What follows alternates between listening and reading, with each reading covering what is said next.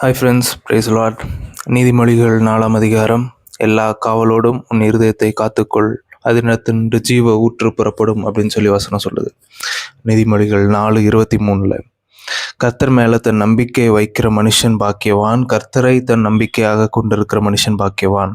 அவன் நீர்க்கால்களின் ஓரத்தில் நடப்பட்டு என்றைக்கும் கனி கொடுக்கிற ஒரு மரத்தை போல இருப்பான்னு சொல்லி சொல்லப்பட்டிருக்கு. ஸோ அந்த 2 வசனங்களையும் நான் கமெண்ட்ஸில் ஷேர் பண்ணுறேன். எதுக்காக இந்த 2 வசனத்தையும் நான் சொல்கிறேன்னு பார்த்தீங்கன்னா, இது 2மே இருதயத்தோடு சம்மந்தப்பட்டது.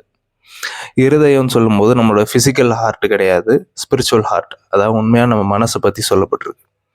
நம்மளோட மைண்ட், நம்மளுடைய ஹார்ட் கடவுளுக்கு ரொம்ப ரொம்ப ரொம்ப முக்கியமான ஒரு விஷயமா பைபிள் சொல்லுது. இதுவரை ஒருவேளை நீங்கள் கேள்விப்படாமல் இருப்பீங்கன்னு சொன்னால், கடவுளுக்கு எது ரொம்ப முக்கியம், கடவுளுக்கு எதை ஃபஸ்ட்டு ப்ரியாரிட்டியில் கடவுள் வைக்கிறாரு நம்மக்கிட்ட அப்படின்னு பார்த்தீங்கன்னா, நம்மளோட ஹார்ட். நம்மளோட மைண்டும் நம்மளோட ஹார்ட்டும் கடவுளுக்கு அவ்வளோ இம்பார்ட்டண்ட். அதை வசனத்தால் நம்ம நிரப்பணும், தேவ பிரசன்னத்தால் நம்ம நிரப்பணும்னு சொன்னால், நம்ம எந்த இடத்துல இருந்தாலும் பரிசுத்தமாக வாழ முடியும்.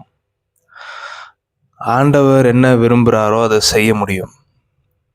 இன்ன வரை நமக்கு நிறைய பேர் கேள்விப்படுற வசனங்களை செய்ய முடியலை, கை கொள்ள முடியலை, இல்லை இந்த மாதிரி என்னால் ப்ரேயர் பண்ண முடியலை, அப்படியெல்லாம் நம்ம ஸ்ட்ரகிள் ஆகிட்ருப்போம் அப்படின்னு சொன்னால் ஒன்றுமே இல்லை. நீங்கள் ஃபஸ்ட் அண்ட் மோஸ்ட் இம்பார்ட்டன்ட் திங்காக ஆண்டவரை அறிகிற அறிவு, ஆண்டவருக்கு உங்கள் மைண்டை நீங்கள் கொடுக்கறது, ஆண்டவருடைய பிரசன்னத்துக்கு, வார்த்தைக்கு உங்கள் மைண்டு, உங்கள் மனசை நீங்கள் விட்டு கொடுக்கறது, இதை தொடர்ந்து செஞ்சுட்டே இருக்கும் பொழுது அவரே அதை கிரியை செய்ய ஆரம்பிப்பார்.